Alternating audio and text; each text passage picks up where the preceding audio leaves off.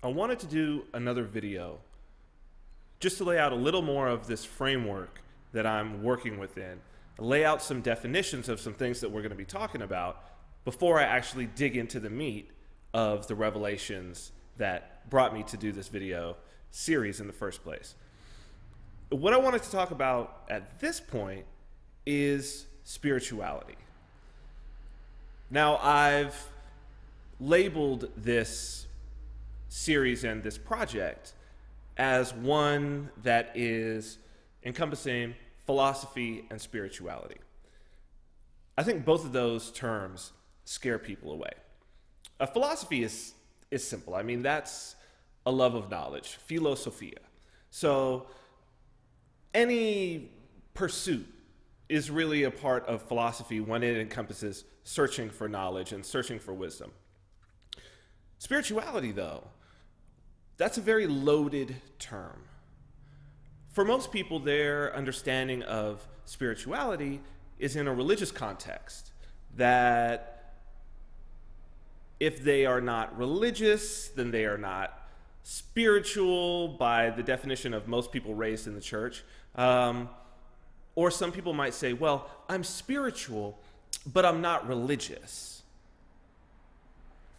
And I really actually don't know what that means. Maybe it just means they don't go to church, but they might believe in still a lot of the things that they learned in church, perhaps when they were younger, or that they've come across some various different pieces of information about mythologies of other people, about other gods and goddesses and heroes and practices.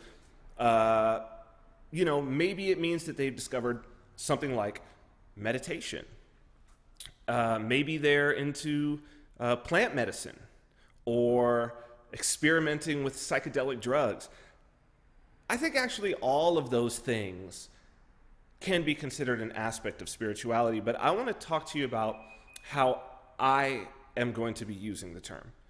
And already I'm glad that I decided to make this a discussion rather than just a one-way sort of a monologue in book form. Because after my first video, a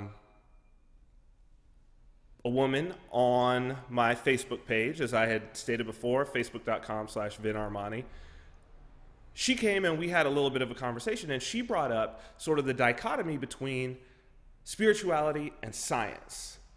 And will science ever be able to answer the spiritual questions? And I thought, wow, what a great starting point to talk about spirituality and what I mean by spirituality in the context of science. So, because what it shows is that where most people are when you talk about spirituality. When someone's talking about spirituality, what most people are going to launch into, if they're going to have a spiritual discussion, is going to be what I call woo-woo. It's basically words, things that can never be measured, things that are not self-evident, whether that's a man in the sky who's judging you, whether that's an idea of a heaven and a hell that no one has ever come back from to talk about, whether it's the idea of like vibrations, man, and like, an essence of the energy of the cosmos and Gaia and blah, like for me, that's worthless. I can go nowhere with that. I can't use it in my day-to-day. There's no cause and effect. At most, if I have faith in it, maybe I can find some other people who share those similar beliefs, and I could interact with them and have some fellowship, as it were. That's not the type of spirituality that I'm talking about. When I talk about spirituality, and we're referring to the Spirit. So, and I'm using the Spirit in the context of sort of body, mind, and spirit. And spirit, that level of consciousness is what separates us, as far as we can tell, as far as we've been able to measure, from every other species on this planet. And what I mean is this, they have bodies, for sure, we know that, right? Even down to the lowest single-celled organism, it's got a single-celled body. Now, we may not say that those organisms have a mind. that they're thinking per se. There's a consciousness there because they're behaving in certain predictable ways based on their genetic coding. So we know there's a consciousness there. Plants as well have a consciousness. A plant will bend to light. Plants will shut off certain aspects of their bodies if nutrients are low in order to conserve. In the wintertime, they'll shed their leaves when there's less light in order to conserve energy. And then when there's more light, they come back out. So we can see that there's a mechanism happening there. And that's when I refer to consciousness, I'm referring to it in that way. But a mind is something different, right? A mind is the thing that reasons. A mind is the thing that learns. We have ample evidence of this in other species. Anybody who's got a pet and who's trained a dog or watches a cat interact with you know that there's a mind there. There's a mind at work.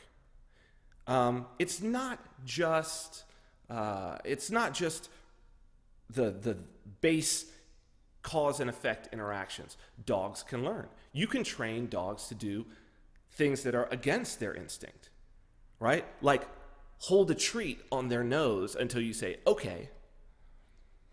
That's through conditioning. Higher level animals can actually learn in terms of tasks on their own to learn, oh, that was the right thing that I pressed and now I'm going to get food. They can learn language. Apes can do basic sign language. They've done great studies on dolphins that show that they have a high level of cognitive ability. So mind, I think, is something that we grasp. And so many people, honestly, so many human beings are walking through the world with such depressed spirit that they really are operating in that vein. They are operating just with body and with mind. So what do I mean when I'm talking about spirit? Spirit, what I'm talking about is the observer that's observing the mind. Because while the mind can think and reason, oh, that's right and that's wrong, it's the spirit that's abstracting back and is saying, oh, this is why I was wrong. This is how I was wrong.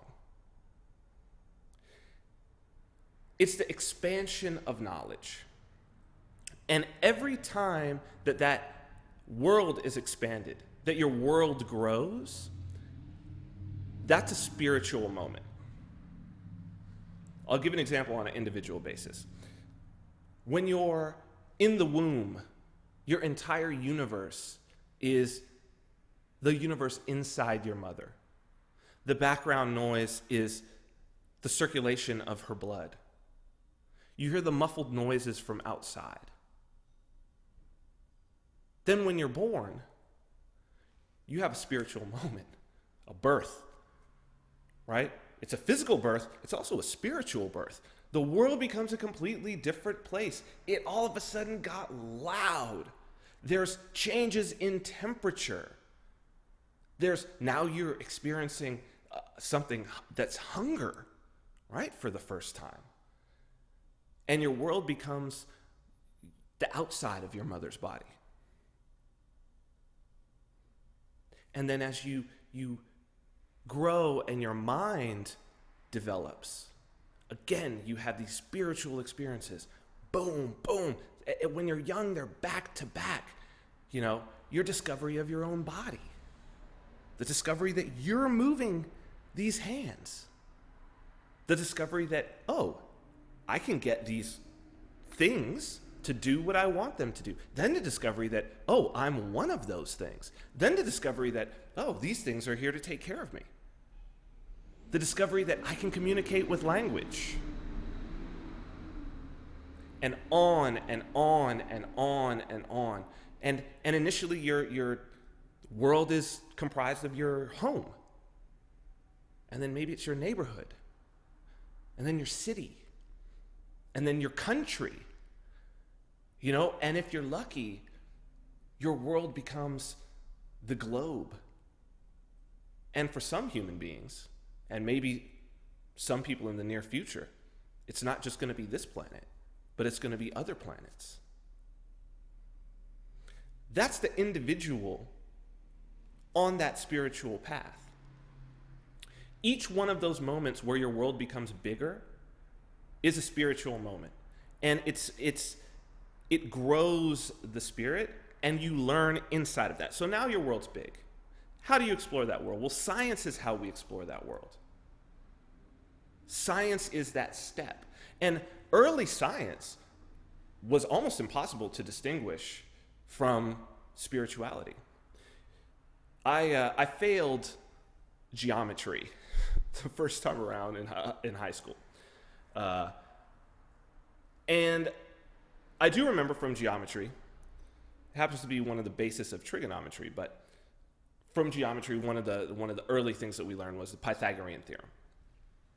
So the Pythagorean theorem, of course, is about right angle triangles, right? And it says that if you take the square of this side, the hypotenuse, kind of long guy here, that it will be, if it's a perfect right triangle, if you square that, it'll be this squared plus this squared, right?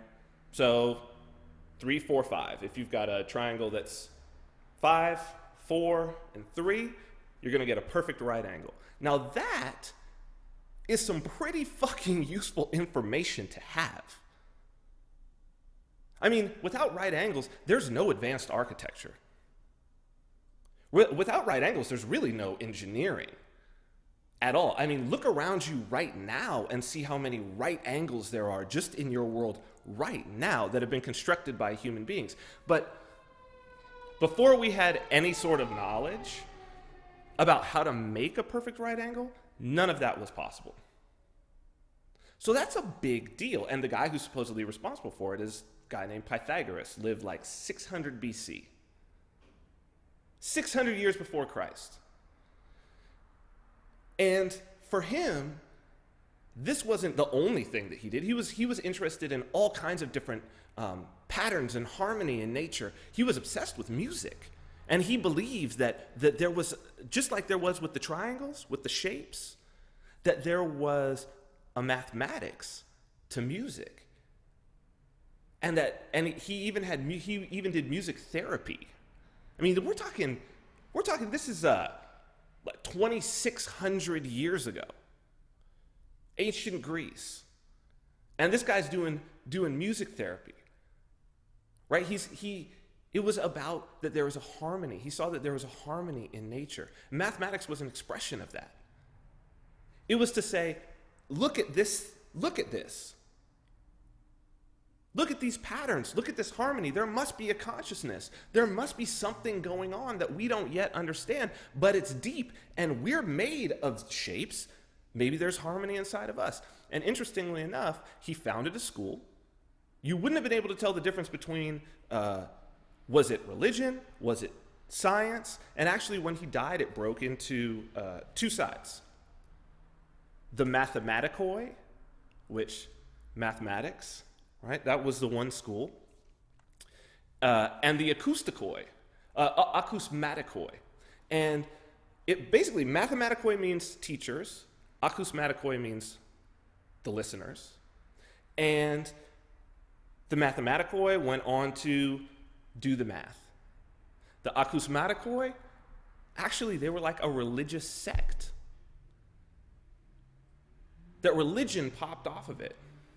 So like spirituality is that starting point. When you expand your world, when you expand your universe, you expand your understanding of the patterns and the harmony that's existing in the world that you're living in.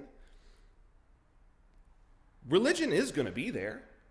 There's awe and wonder. Science has its place, but the thing is that you have to understand, just like you as an individual are constantly evolving your knowledge, the knowledge of the entire human species is constantly evolving. I want to read something here.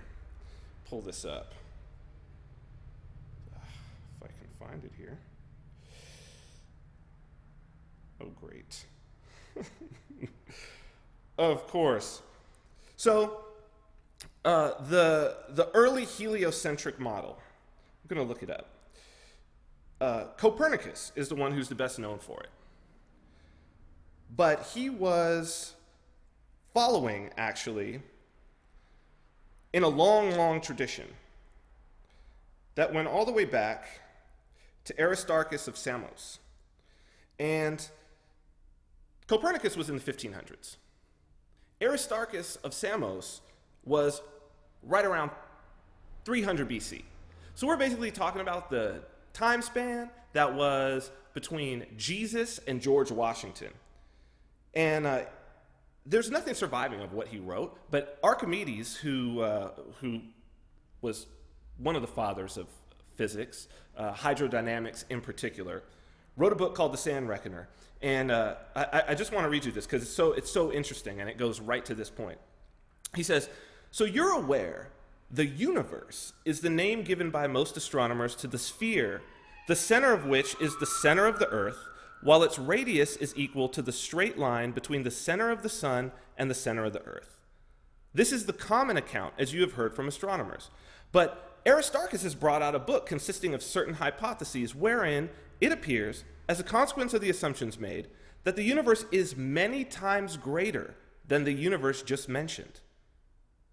His hypotheses are that the fixed stars and the sun remain unmoved, and the earth revolves around the sun on the circumference of a circle, the sun lying in the middle of the floor, and that the spheres of the fixed stars, situated about the same center as the sun, is so great that the circle in which he supposes the earth to revolve bears such a proportion to the distance of the fixed stars as the center of the sphere bears to its surface."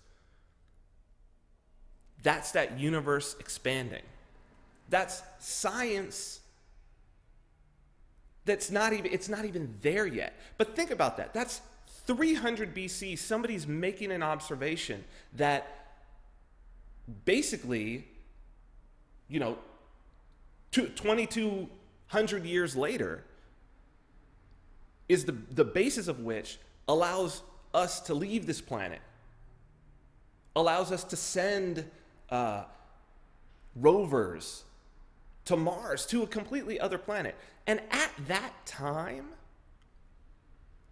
these were people, ancient Greeks, who most of them thought that the gods were living up there. It was a completely religious aspect, the sky, the heavens, that Apollo was riding with his chariot, across the sky. And that's how the sun was there. So what we're going to talk about in terms of spirituality, I want to frame it in that vein, because that's where I'm coming from, and that's what these revelations are about. The things that I want to talk about are historical in nature. They're self-evident. They're things that you can see happening. They're not things that require any faith. They're observations. And you're not going to need any math. Okay? You're not going to need any math. And in terms of checking on the history and researching it yourself, it's in your pocket. We're in a very special time where you can dig in. And if I expand your world a little bit, go ahead and expand your universe even further. And that's the spiritual quest. And you know what? Expand mine. Because if you've got some additional information that's going to help carry this discussion along, I want to put it in here. I want to share it with others. I want to discuss it with you. So we can do that. Let's carry on the conversation. If you got questions, comments, I'm glad to interact. And you can do that at facebook.com/VinArmani. So I'm really looking forward to it. Maybe one or two more videos, and then we're going to get right into the meat of this thing. So I hope you're expanding so far, and let's keep it going.